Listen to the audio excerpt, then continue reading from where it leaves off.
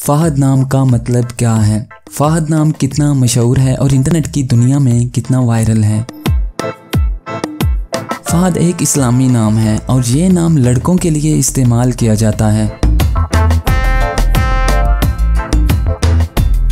फ़हद नाम का मतलब चीता है। फ़हद की इब्तदाई तारीख फ़ारसी ज़ुबान से निकलती है। इंटरनेट की दुनिया में फ़हद नाम की शोहरत में 2013 से तेज़ी देखने में आई। पिछले 15 साल में आप फ़हद नाम की शोहरत और ट्रेंड्स का ग्राफ स्क्रीन पर देख सकते हैं। मौजूदा डाटा के लिहाज से फ़हद नाम 2014 में वायरल रहा और मकबूलियत की हदों को छूने लगा।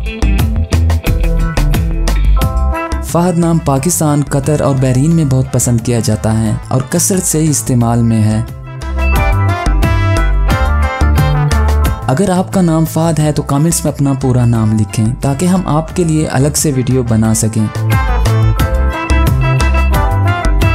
ये वीडियो आप फ़हद नाम के किसी दोस्त के साथ शेयर कर सकते हैं। यकीनन वो इसे बहुत पसंद करेंगे।